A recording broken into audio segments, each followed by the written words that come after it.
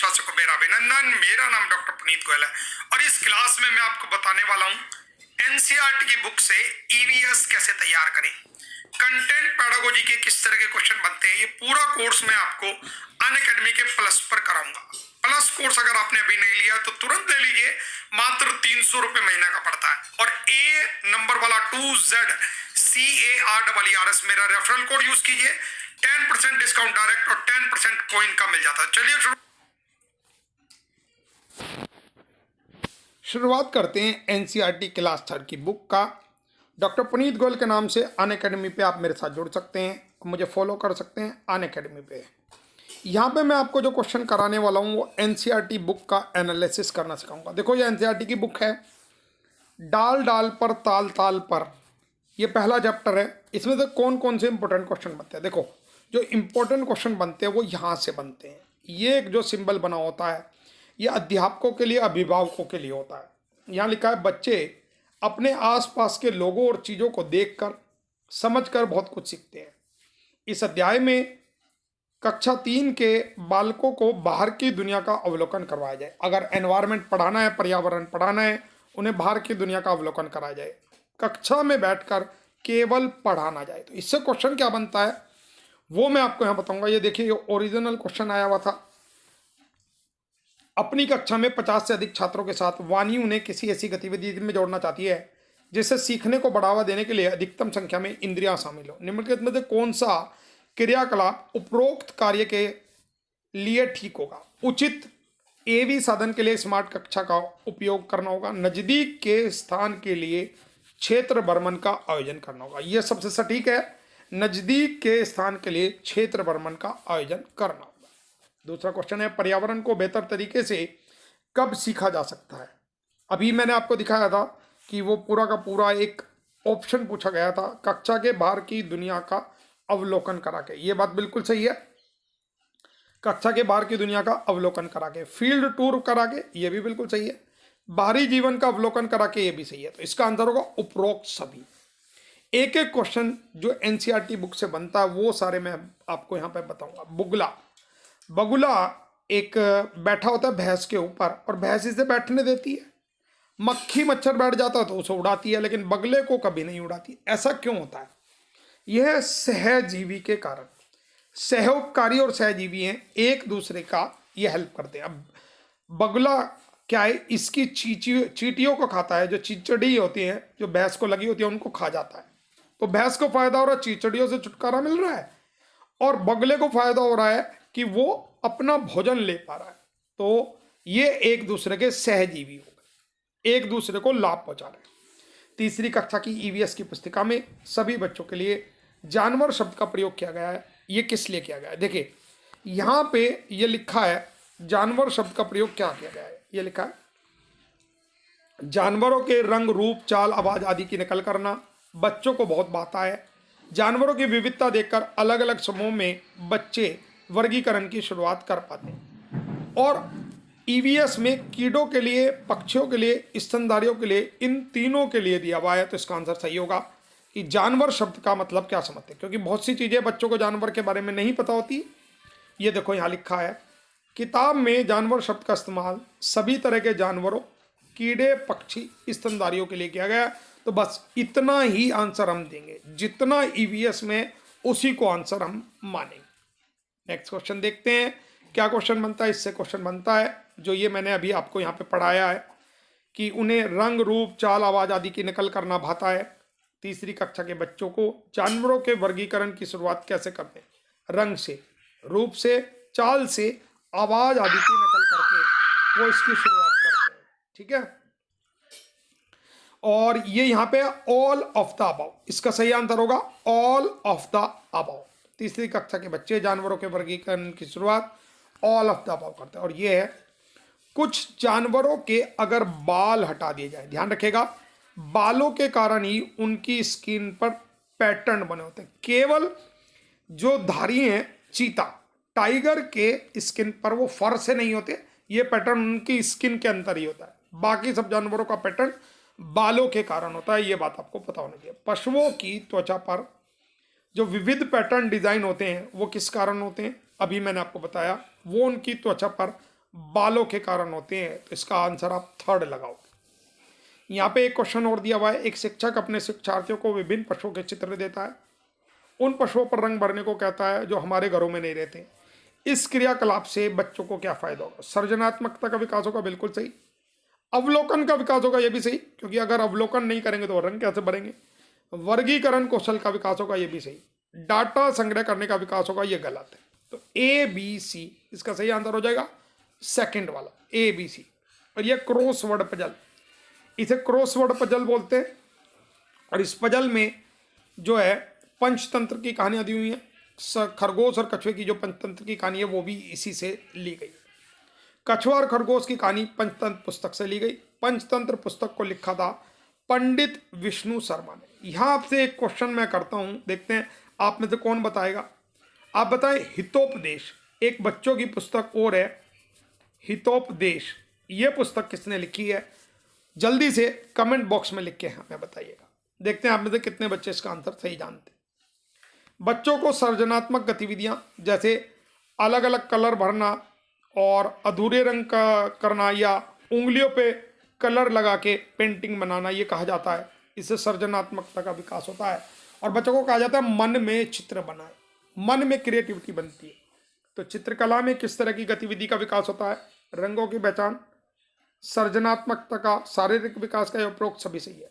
Creativity बढ़ती है अगर बच्चे चित्रकला में से, उनके मन में सृजनात्मकता बढ़ेगी, क्रिएटिविटी बढ़ेगी। फिर अगला क्वेश्चन है, ये देखिए यहाँ पे एक फोल्ड करके पेपर दिया, उस पर अलग अलग, एक बच्चों को कहा सिर बनाओ तो उसने हाथी का बनाया, एक को कहा धड़ बनाओ तो उसने बत्तख बना दी, एक को कहा पैर बनाओ, मोड़ के दे दिया था ये, तो उसने ऊंट के पैर बना दिए।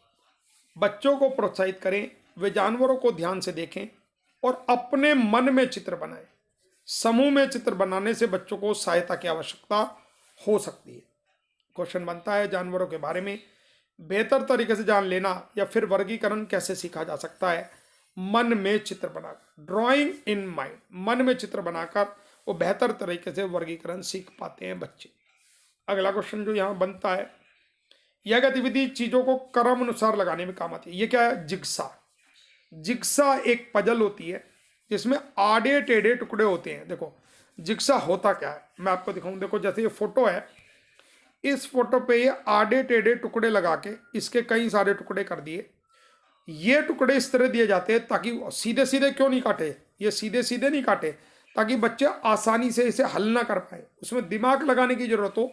इसी को हम जिग्सा कहते हैं। जिग्सा पजल इसे बोला जाता है। ठीक है, जिग्सा इसको कहा जाता है। तो जिग्सा में क्या होता है? यह गतिविधि चीजों को क्रम अनुसार लगाने का शुरुआती कदम है। चीजों को क्रम में व्यवस्थित करना बच्चों को आता है। क्रम में लगाना बच्चों के अपने अनुभव पर भी निर्भर करता है। चूहा चिड़िया से छोटा भी हो सकता है और बड़ा भी हो सकता है। और जानवरों के प्रति संवेदनशीलता से जुड़ी बातों पर चर्चा करानी चाहिए कि जानवर कैसा महसूस करते होंगे, क्या अच्छा लगता होगा। देखो यहाँ जो चिड़िया है ये हमें बड़ी लग रही है, पेड़ छोटा लग रहा है। अगर हम देखें तो जो चीज़ पास है वो बड़ी, जो दूर है वो छोटी लगती है। ये तो हमें पता ही है, इंडिविजुअल है। तो जिग्सा के बारे में ये पॉइंट है। ये देखो यहाँ पे एक और लिखा है, जिग्सा ऐसा बनाया जाए कि उसमें कुछ चुनौती हो, सीधे सीधे टुकड़े ना हो जो आसानी से जोड़े जा सकें। बच्चों को यह गतिविधि करने के मौके दें और वे अपने आप इसको सोल्व करें। इससे उनकी सृजनात्मकता का विकास होता है। तो जिग्सा क्या है? जिग्सा में किसी चित्र के ऐसे टुकड़े होते हैं जिनको मिलाने के लिए बहुत दिमाग लगाना होता है। अब यहाँ पे आपको इन चार में से आंसर बताना है। जिग्सा से क्या फायदा? दिमाग को तेज करता है, ओके। जानवरों के प्रति संवेदनशील बढ़ाता है, ये गलत लग रहा है। चीजों को क्रम में व्यवस्थित रखने की ओर पहला कदम है, ये सबसे ज्यादा सटीक है। ठीक है, सी आंसर होगा कि the first step is to arrange things in order. Jigsaw का काम यही है। अगला देखते हैं, जिग्सा पर विचार करना है। यहाँ दो चीजें दी हैं। एक दिया इसमें सीधे सीधे टुकड़े बच्चों को मिलाने के लिए दिए जाने चाहिए ताकि वे आसानी से उन्हें जोड़ सकें। जिग्सा ऐसा बनाया जाए जिसमें कुछ चुनौती हो। ये तो बिल्कुल गलत लग रहा है। सीधे टुकड़े दोगे तो वो जिग्सा नहीं रहा। जिग्सा मीन्स होता है टेढ़ा मेढ़ा, टेढ़ा मेढ़ा। तो जिग्सा कैसा बनाया जाना चाहिए? चुनौतीपूर्ण बनाना जाना चाहिए। तो इसका आंसर होगा केवल द्वितीय सही, यानी डी ऑप्शन इसका हो जाएगा। ये सारे मैंने आपको ओरिजिनल क्वेश्चन दिए हैं जो एनसीईआरटी की बुक से बनते हैं, उसी के बुक को आधार मान के मैंने आपको ये क्वेश्चन दिए हुए। और ये ईवीएस का एक पूरा कोर्स मैं आपको दूंगा अनअकैडमी प्लस कोर्स पे। अनअकैडमी प्लस कोर्स अगर आपने नहीं लिया है तो ले लीजिए।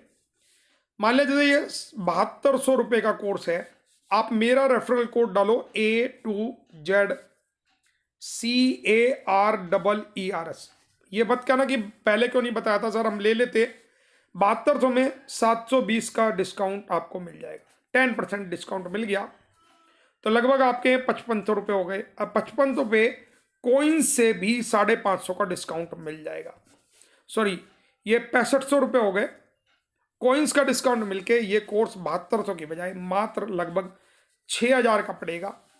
और ये 2 साल का कोर्स है, 2 इयर्स का कोर्स है, तो जो केवल 250 रुपये महीना पड़ता है। आपने देखा होगा कई कई बार हम क्या करते हैं, 2 महीने का 3 महीने का कोर्स ले लिया, लेकिन बाद में पछताते हैं यार पहले ही ले लेते। 3 महीने का लोगे तो 3000 रुपये का पड़ता है 3 महीने का, है ना। और अगर आप इसे 24 महीने का लेते हैं तो वो मात्र 6000 का पड़ता है। तो इस इकोनॉमी को भी तो देखा करो, क्योंकि ये कोर्स कहीं भी काम आ सकता है। आपके घर में कोई और तैयारी कर रहा है, मान लिया आपका सिलेक्शन जल्दी भी हो जाता है। कई बार बच्चे कहते हैं जी हमारा तो सिलेक्शन जल्दी हो गया, तब भी ये कोर्स तो काम आएगा ही ना। और इसमें KVS, NVS, DSSB, super TET, मान लिया आपने कर लिया यूपी टेट क्वालिफाई, तो सुपर टेट के लिए क्या करोगे, फिर लोगे तो एक ही बार कोर्स लेके डाल लो ताकि आप अच्छी तरह से इसको कर पाए। ठीक है, चुनौतीपूर्ण सीधे सीधे टुकड़े में हो जिसे आसानी से जोड़ा जा सके। चुनौतीपूर्ण हो, सीधे टुकड़े न हो, आसानी से जोड़ा जा सके, ये सही है। शिक्षा में कोई ऑब्जेक्ट वस्तु का छोटा, ये जिग्सा का ऑब्जेक्टिव नहीं है।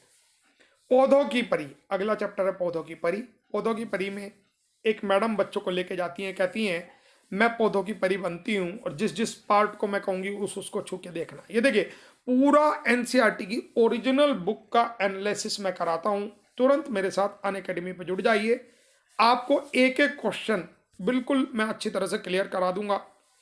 ये यहाँ पे देखो, यहाँ लिखा है, ये मैंने आपको बताया हमेशा कि ये हमारे लिए अध्यापकों के लिए, अभिभावकों के लिए इंपॉर्टेंट होता है। यहाँ लिखा है बच्चों को इस बारे में बातचीत की जा सकती है कि उनके यहाँ छुपन छुपाई अंताक्षरी को किस नाम से पुकारा जाता है। इसका मतलब क्या हुआ, टीचर जो है भाषा का ज्ञान बढ़ा रही है, उनकी भाषा का विकास होगा, अलग अलग शब्द उन्हें पता लगे। और पौधों की परी कौन होनी चाहिए, हमेशा रोल प्ले होना चाहिए, कभी किसी को बनाना चाहिए पौधों की परी। बड़ी खूबसूरती के साथ ये कोर्स तैयार किए अनअकैडमी पे। जितनी डिटेल आपको मिलेगी सारी चीज आपको यहाँ मिलने वाली है। ये देखो, ये क्वेश्चन है, एक अध्यापिका खेल से संबंधित गतिविधि करा रही है, बच्चों से कह रही है इस खेल को उनके यहाँ क्या कहते हैं, किस नाम से पुकारा जाता है, तो इससे किस क्षेत्र का विकास होगा। मैंने अभी आपको बताया था, इससे भाषा का विकास होगा बच्चों में। ठीक है, देखो सृजनात्मकता, क्रिएटिविटी और एक संवेदनशीलता, ये शब्द कई बार आए। सृजनात्मकता जहाँ पे दिमाग चले, क्रिएटिविटी बढ़े, वहाँ सृजनात्मकता का विकास होगा। और संवेदनशीलता, मान लिया पशुओं के प्रति कैसा व्यवहार बच्चों का होना चाहिए, तो वहाँ पे संवेदनशीलता बढ़ती है। और इस जब बच्चों से पूछ रहे क्या कहते हैं, तो इससे भाषा का विकास होगा। ये मेरा रेफरल कोड है, देखिए यहाँ पे A2Z करियर्स। भैया यूपी टेटो, MP टेटो, C टेटो हमेशा तैयारी करने के लिए एकमात्र बढ़िया जो प्लेटफॉर्म है वो अनअकैडमी है। हु तुतु का दूसरा नाम क्या, आपके यहाँ क्या कहते हैं, हु तुतु तुतु, गाना सुना होगा, कबड्डी कहते हैं इसको, कबड्डी। आ छू छू, किट किट छू छू, है ना, कई सारे नाम है कबड्डी के। खो खो, पोशंपा भाई पोशंपा, डाकियों ने क्या किया, 100 रुपए की घड़ी चुराई, अब तो जेल में आना पड़ेगा, खेले होंगे ना के। अष्टाचंगा पे, महाभारत में ये चौपड़ भी बोलते हैं इसको, अष्टाचंगा पे बोला जाता था। तो इस तरह से आपको अलग अलग, ये देखिए मात्र तीसरी क्लास की बुक में ही इतना वृहद ज्ञान आपको मिलता है, अनलिमिटेड। पौधों की परी कौन होनी चाहिए, हमेशा पौधों की परी बदलते रहना चाहिए, ये लिखा है यहाँ पे। बच्चे खेल कूद कर पेड़ पौधों से जाने वाली विविधता को देखकर महसूस करेंगे, अलग अलग बच्चे पौधों की परी बनाने चाहिए। तो यहाँ से पूरी बुक पढ़ने की जरूरत नहीं है, केवल ये जो हमारे पॉइंट होते हैं इन्हीं से कंटेंट पेडागोजी, एक एक question content pedagogy 3rd class का, 4th क्लास का एनसीईआरटी का, 5th का, 6th का मैं आपको देने वाला हूँ। यहाँ पे जल्दी से मिल जाएगा और मुझे फॉलो कर लीजिए डॉक्टर पुनीत गोयल के नाम से। हैट डेडिकेट कर सकते हैं अगर वीडियो अच्छा लगा है। इसके नए पार्ट का इंतजार कीजिए और इसे लॉगिन कर लीजिए। और मैं उम्मीद करता हूँ कि आपको ये वीडियो अच्छा लगा होगा। मेरा यूट्यूब चैनल है A to Z करियर्स, तो इस मेरे यूट्यूब चैनल को ज़रूर फॉलो कर लें। इसमें मैंने आजकल आपके लिए एक नई चीज़ लाया हूँ मैं, फैक्ट। 23 फैक्ट मैं आपको दे चुका हूँ, तथ्य दे चुका हूँ। 23 तथ्य है, जो अलग अलग तथ्य हैं, ये आपको यहाँ मिलेंगे। नई नई चीज़ें आपको यहाँ सीखने को मिलती हैं। और यहाँ पे देखिए हड़प्पा कालीन इतिहास है या कुछ भी है, प्लेलिस्ट है, इसमें नई नई वीडियो, जीके ट्रिक्स है, दादा साहब फाल्के बाद, एक एक चीज़ आपको यहाँ मिलती है। मेरा चैनल है A to Z careers GK tricks, इसे सब्सक्राइब करना है और बेल वाला आइकन भी जरूर दबाना है। Thank you very much for the day. और बीच बीच में कॉल आ जाती है, अगर हम काट देते हैं फिर भी लोग रुकते नहीं हैं। चलिए एनीवे मैं कॉल अटेंड कर लूँ और मैं उम्मीद करता हूँ एंजॉय कीजिए। Thank you very much, bye, see you again. और मेरा मोबाइल नंबर यहाँ पे है 9837282318। कोई भी समस्या होती है तो आप तुरंत मुझसे संपर्क कर सकते हैं इस मोबाइल नंबर पे। Bye, see you again, sayonara. अच्छा, अनअकैडमी पे जो मेरा नया कोर्स आ रहा है वो भी मैं आपको दिखा देता हूँ। आप कहेंगे कि बीच बीच में कॉल आ जाती है तो डिस्टर्बेंस हो जाता है। ये देखिए अनअकैडमी पे ये मेरा नया कोर्स आ रहा है, ये है रीट के लिए। और अनअकैडमी ही जल्दी प्लान कर रहा है सुपर टेट जूनियर का नया बैच, एक ज़बरदस्त बैच जिसमें सुपर टेट जूनियर का समसामयिकी घटनाक्रम, सारा का सारा स्टैटिक जीके मैं आपको कराने वाला हूं। तो तुरंत इस बैच से आ जाइए। ये जूनियर सुपर टेट का बैच अनअकैडमी पे आ रहा है जल्द ही, तुरंत आ जाइए। Stay tuned for this batch. 18 अप्रैल में एग्जाम है, एक एक चीज़ आपको करनी है, तो तुरंत इस बैच के लिए मेरे साथ जुड़िए। See you again, sayonara, bye, will meet tomorrow. और ये रीट का बैच चल चुका है आज से, यानी 5 मार्च से। इंडिया के टॉप एजुकेटर, एक सब्सक्रिप्शन से इंडिया के सभी टॉप एजुकेटर आपको यहाँ मिलते हैं। Bye, see you again.